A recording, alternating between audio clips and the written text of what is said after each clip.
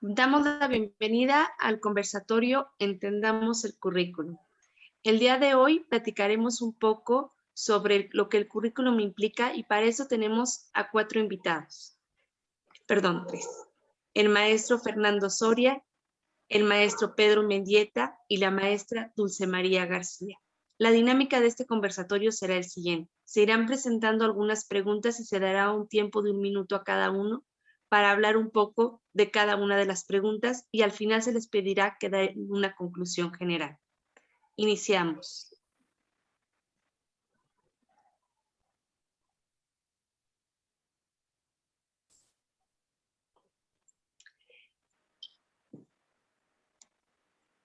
Entendamos el currículum, el conversatorio.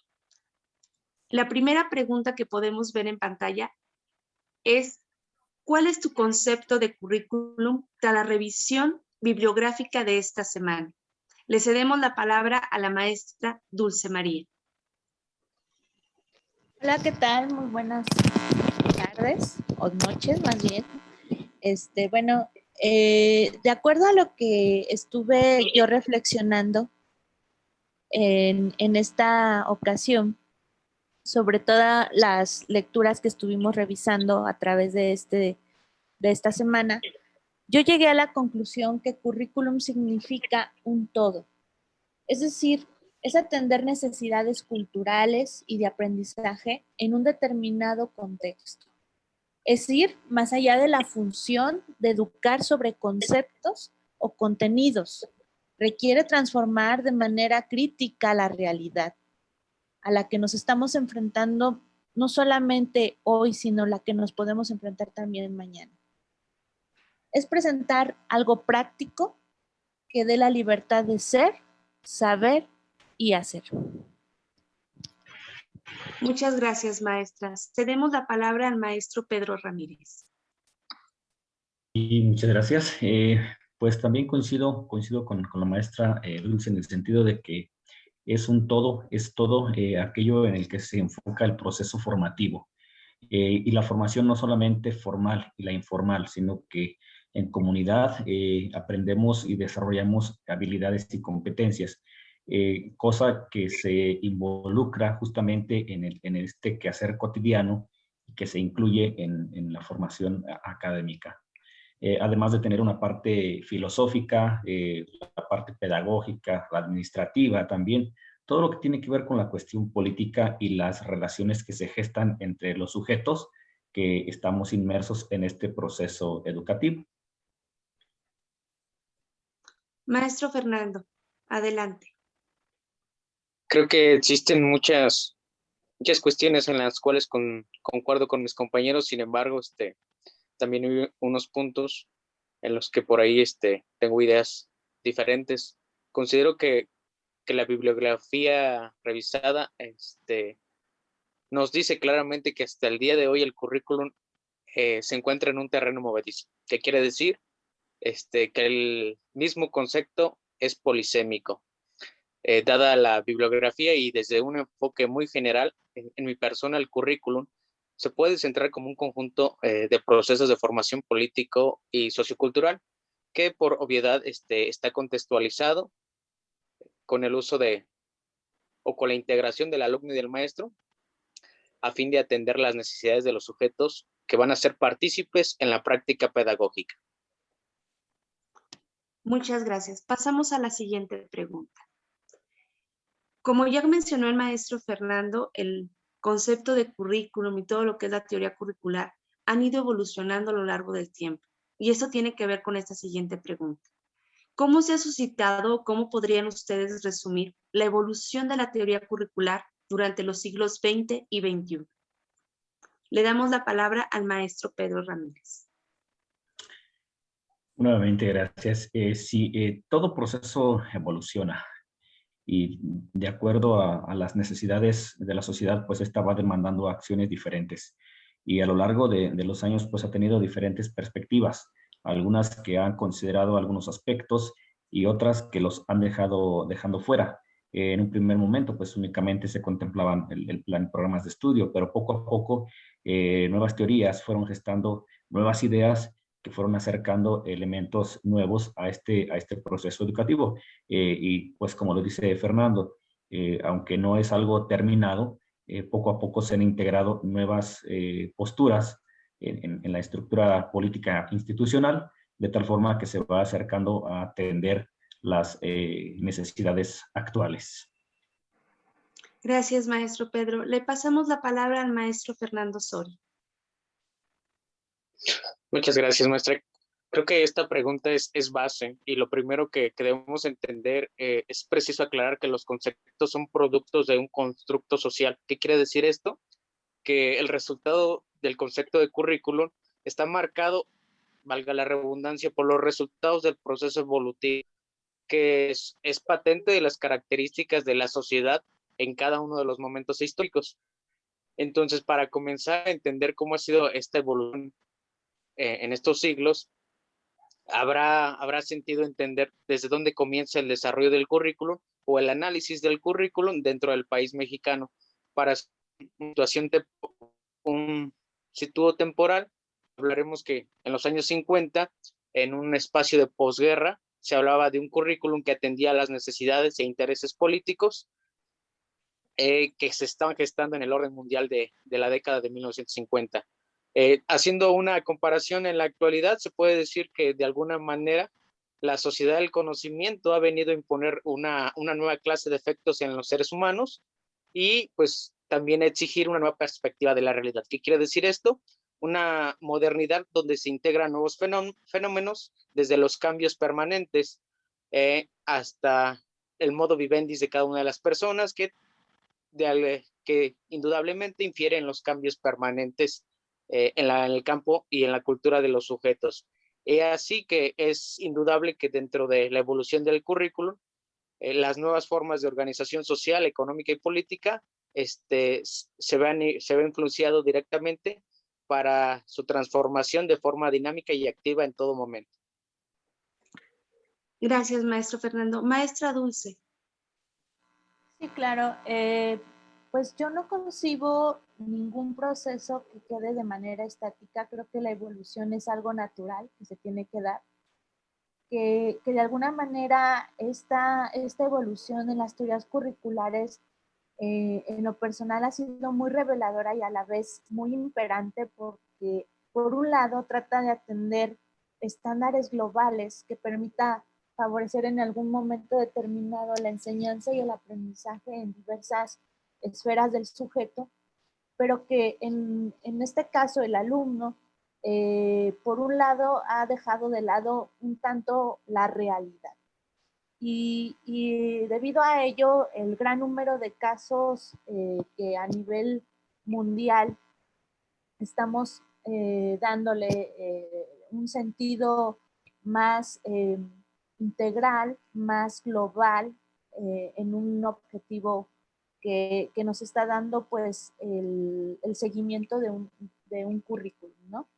Por otro lado, también pues se han generado ciertas exigencias que no solo está o recae en los docentes, sino también en aquellos estudiantes que son parte de la deconstrucción de estas teorías. Considero que la evolución como algo natural permite que exista en un momento dado la reflexión de si realmente se está generando un impacto, una transformación a ese currículum. Y por otro lado, nos lleva a pensar lo que decía Habermas en uno de los textos sobre la emancipación y la autocrítica de los currículums, ¿no? Entonces, la evolución creo que nos ha permitido valorar desde estas diversas perspectivas cómo se están llevando a cabo en la actualidad, pero también cómo se llevaron a cabo en el pasado. Y creo en una visión muy futurista de esta cuestión, considero que el currículum tiene que ir no solamente a atender cuestiones de contenidos, cuestiones académicas, tiene que ir más allá para acrecentar la valoración del sujeto. Muchas gracias, maestra. Ahorita comentaban un poco justamente de toda esta evolución, de todo cómo ha sido el proceso de desarrollo del currículo. Y bueno, en este desarrollo hemos visto importantes aportaciones de teóricos latinoamericanos. ¿Podríamos comentar un poco, dadas las perspectivas latinoamericanas, de qué se compone el currículum? Le cedo la palabra al maestro Fernando Soria. Muchas gracias, maestra, nuevamente. Bien, creo que dentro de este punto, más bien dentro de este interrogante, tenemos dos grandes investigadores propiamente mexicanos. La autora Alicia de Alba, en su investigación problematizadora del currículum, y por ahí tenemos también a Ángel Díaz Barriga con su pedagogía crítica o relaciones asociadas al estudio del currículum. También presentamos grandes autores como es Abraham Magenzo, chileno investigador sobre el currículum y su desarrollo en la preparación del ciudadano. Para entender estas perspectivas que existen en Latinoamérica, primero es necesario situarnos en un espacio temporal. ¿Qué quiere decir esto? Los trabajos por ahí de la autora Alicia de Alba se desarrollan en los tiempos de 1970. Hay que entender cómo era la situación social, política social en el país mexicano en aquel entonces.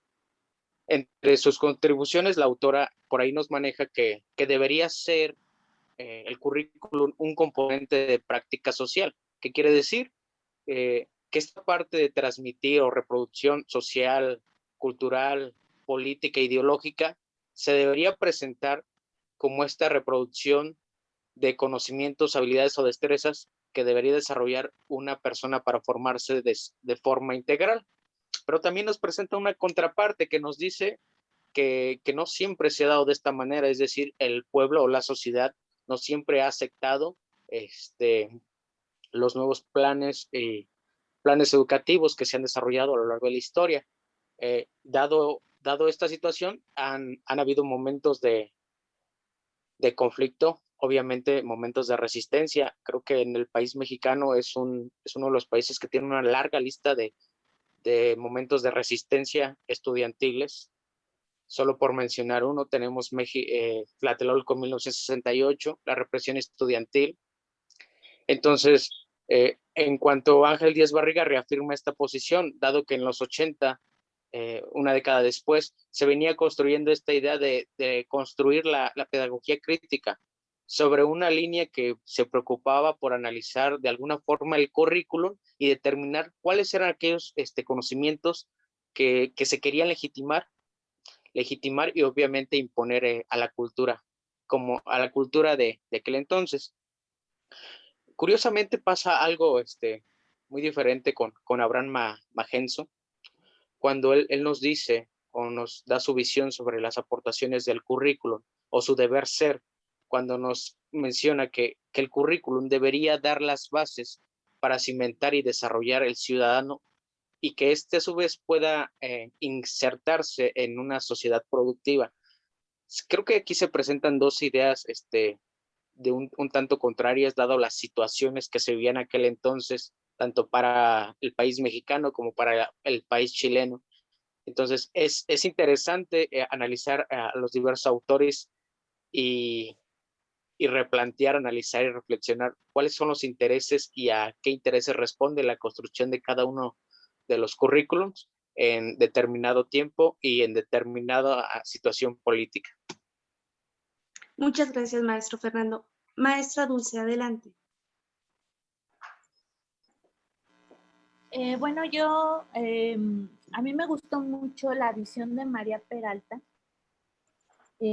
María Victoria Peralta, perdón, que nos habla de esos desafíos curriculares que existen en esta cuestión de educación, ¿no? Y dice que el principal desafío es el sentido de pertinencia que existe digamos, en atender o llevar a cabo esos currículums a la realidad actual.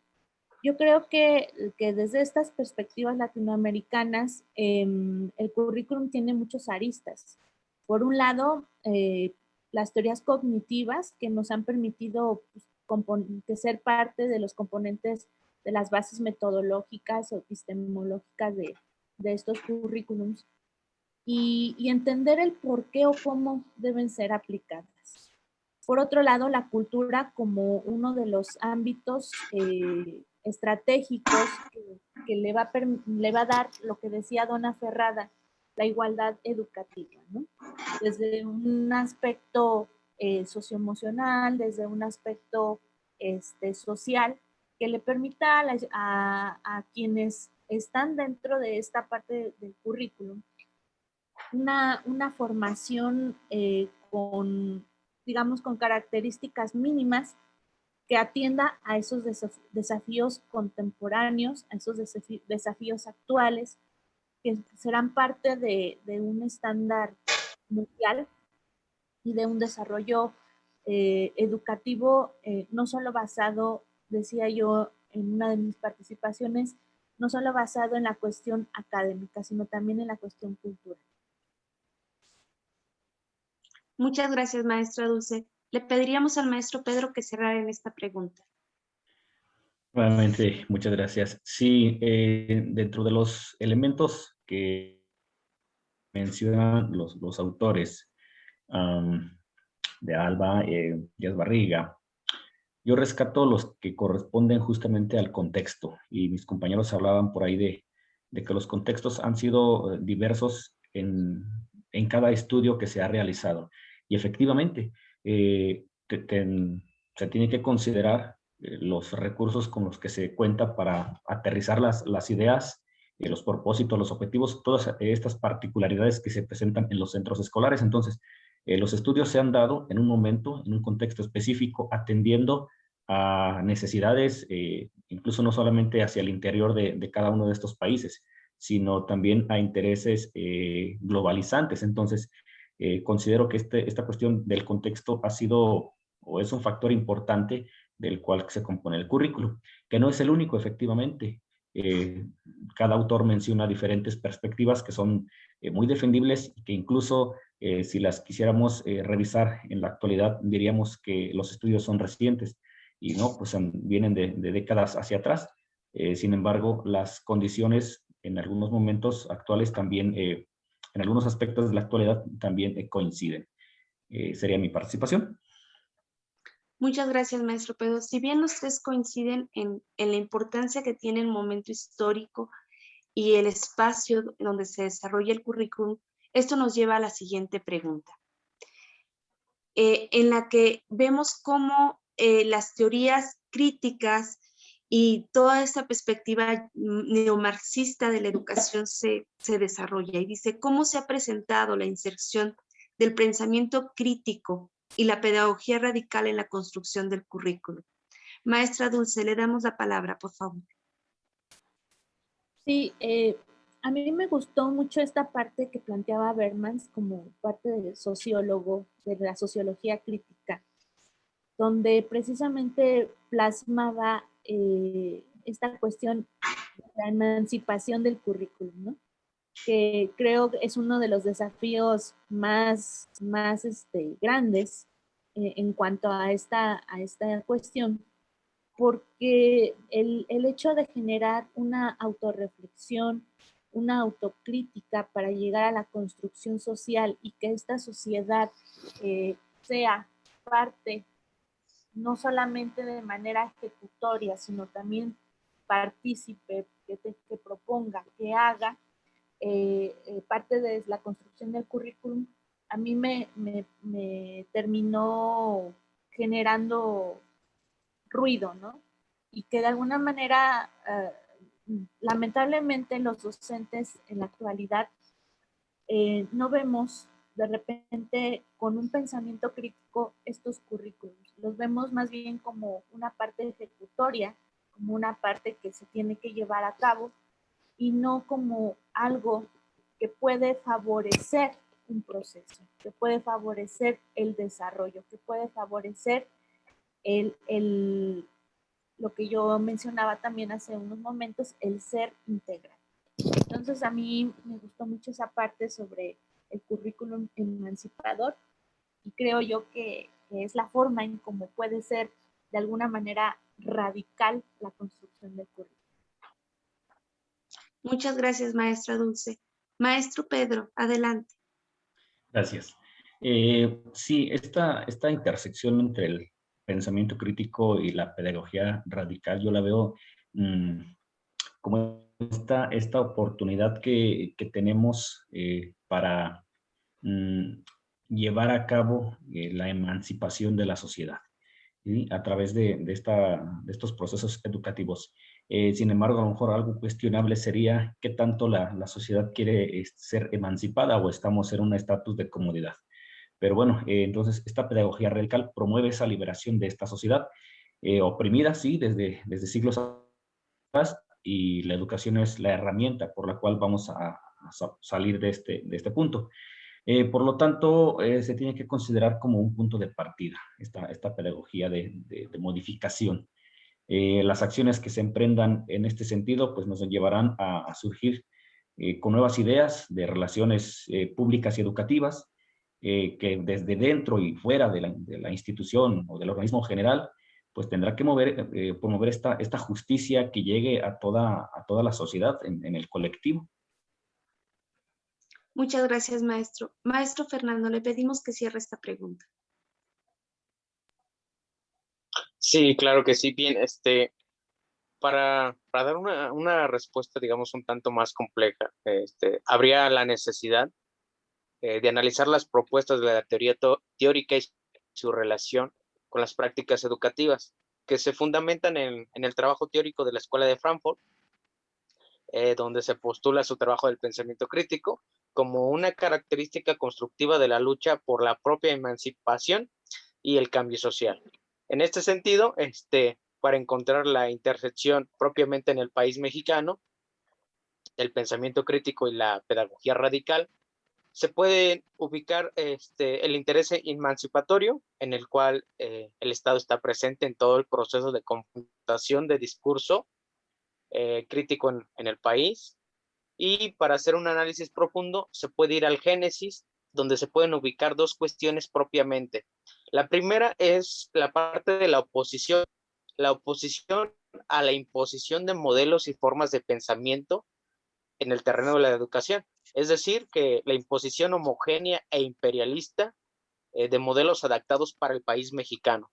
Yo creo que a lo largo de la historia esto ha sido un ciclo meramente repetitivo, que quiere decir que han pasado sexenios y cada sexenio ha traído su nuevo modelo educativo con su currículum nuevo, que es una adaptación de modelos extranjeros. Entonces, esa adaptación no ha dado buenos resultados dentro del país mexicano y tampoco el mismo país les ha permitido tener el tiempo suficiente para demostrar qué tan favorables o desfavorables se podían presentar ante la sociedad.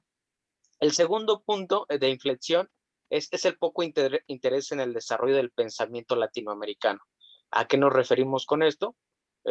Un aspecto fundamental de la historia son estos movimientos latinoamericanos por el pensamiento crítico, un pensamiento que libere a la población de los opresores, no solamente de los opresores físicos, sino de los opresores intelectuales, del pensar que el latinoamericano debe trabajar o debe trabajar más para poder sobresalir en la vida.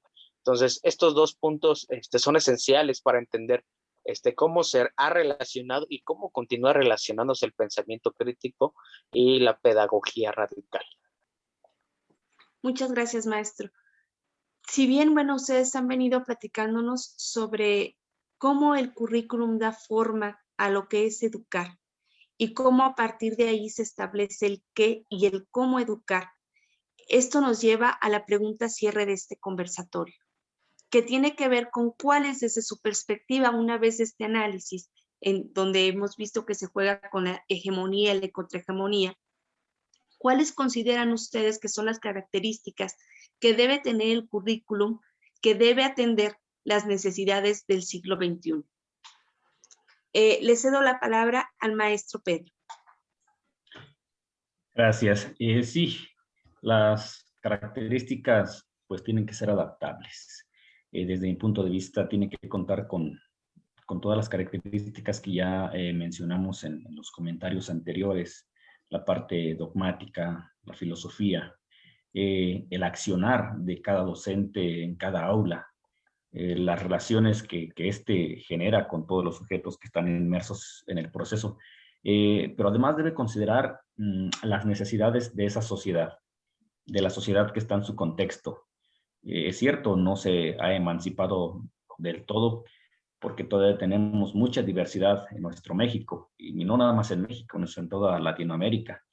Es preciso mencionar que la globalización está presente en todo el proceso educativo. Atendemos a estándares internacionales, entonces tenemos que aprender a trabajar desde y para la sociedad con la que estamos conviviendo en este momento. Y bueno, pues esto tendría que estar plasmado en algún aspecto del currículum. Gracias. Adelante, maestro Fernando. Claro que sí, maestra.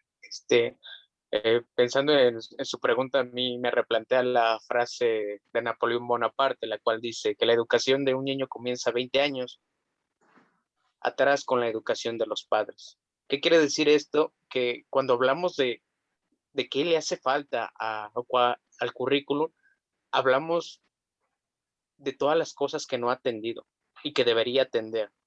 Para ser un poco más concisos, el currículum debería atender a la inclusión, una inclusión en un término amplio, una inclusión donde el magisterio, los maestros, los profesionales de la educación tengan las herramientas necesarias para atender a cualquiera de los estudiantes. Un maestro capacitado en el dominio de contenidos, conocimientos y habilidades. Un maestro con las habilidades tecnológicas que demanda la actualidad al día de hoy.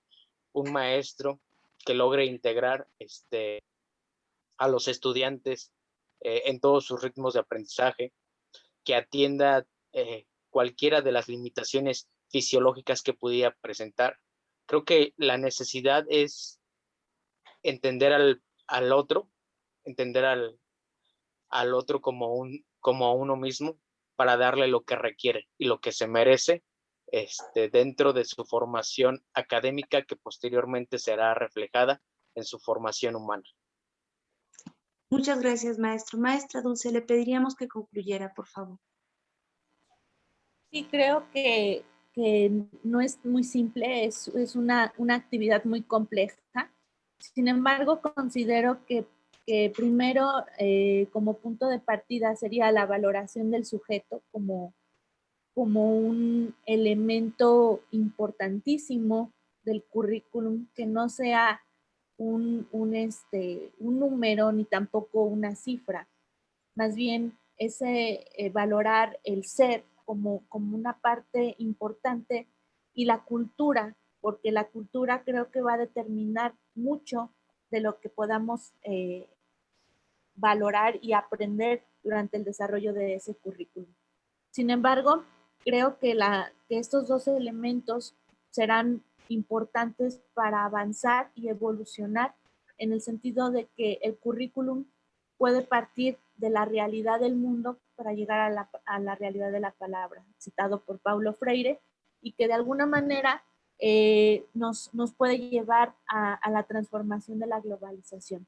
Creo que los planteamientos curriculares deben estar centrados en la problematización y en la atención a esas necesidades primordiales del sujeto, que puedan favorecer en un proceso de formación no solo académica, sino también integral.